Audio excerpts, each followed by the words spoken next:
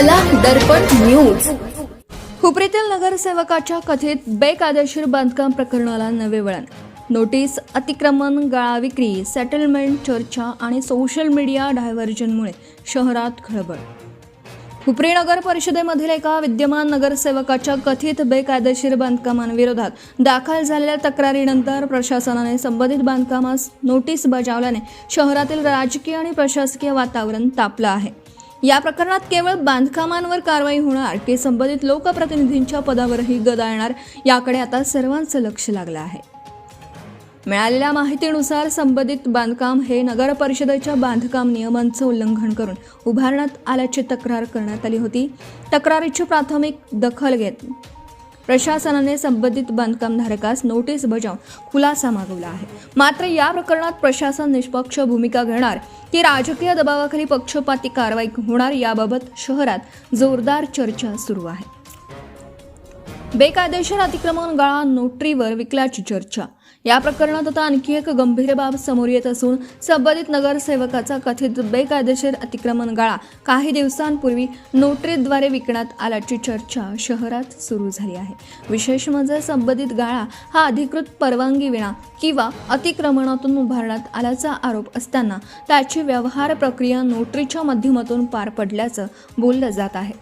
Settlement आणि manage चर्चांनी संशय अधिक गड.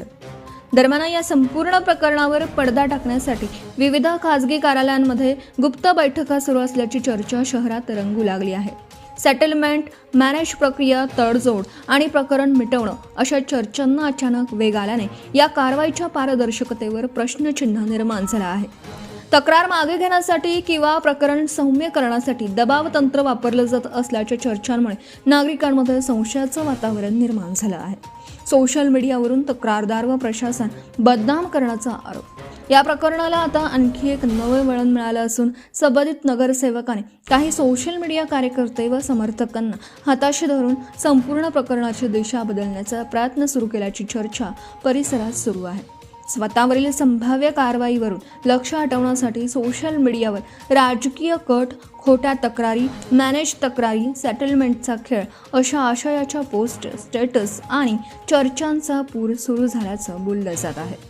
विशेष म्हणजे या सोशल मीडिया मोहिमेद्वारे मूळ तक्रारदाराची प्रतिमा मलिन करण्याचा तसेच प्रशासनालाही बदनाम करण्याचा प्रयत्न होत असल्याचा आरोप समोर येत आहे. ही कारवाई सूडबुद्धीतून होत आहे. तक्रारदार राजकीय हेतूने काम करत आहेत.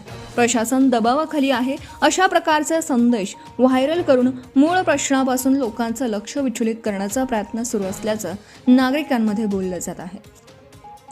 तसेच जर एखाद्या लोकप्रतिनिधीने स्वतःच्या पदाचा गैरवापर करून नियमबाह्य बांधकाम अथवा अतिक्रमण केल्याचं सिद्ध झालं तर त्याच्यावर केवळ प्रशासकीय नव्हे तर कायदेशीर परिणामही होऊ शकतात. काही परिस्थितींमध्ये संबंधित नगरसेवकाच्या अपात्रतेचाही प्रश्न उपस्थित होऊ शकतो. मात्र त्यासाठी स्वतंत्र चौकशी, सक्षम प्राधिकरणाचा अहवाल व कायदेशीर प्रक्रिया आवश्यक आहे.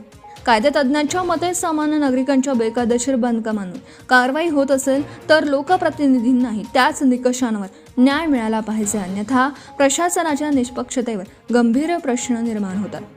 सोशल मीडिया ट्रायलमुळे संशय अधिक घडत. स्वतःवरील संभाव्य कारवाई टाळण्यासाठी सोशल मीडियाचा वापर करून तक्रारदार, अधिकारी किंवा प्रशासनाची जाणीवपूर्वक बदनामी करणं, खोटी माहिती पसरवणं किंवा चौकशी प्रक्रियेवर प्रभाव टाकण्याचा प्रयत्न करणं हे गंभीर स्वरूपाचे प्रकरण ठरू शकतं. तसेच मानहानी संदर्भातील कायद्याअंतर्गत स्वतंत्र कारवाई होण्याची शक्यता नाकारता येत नाही. शहरवासियांचे लक्ष आता 3 मोठ्या प्रश्नांकडे. सध्या हुपरी शहरात 3 प्रमुख प्रश्नांवर चर्चा रंगली आहे. संबंधित बेकायदेशीर बांधकामांवर प्रत्यक्ष कठोर कारवाई होणार का? कथित अतिक्रमण गाळा विक्री प्रकरणाची चौकशी होणार का? संबंधित लोकप्रतिनिधींवर कायदेशीर किंवा पदासंदर्भात कोणती कारवाई होणार?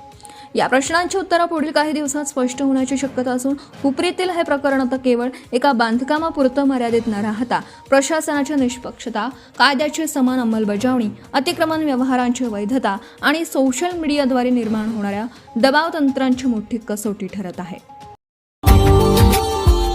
Subscribe now and press the bell icon. Never miss an update.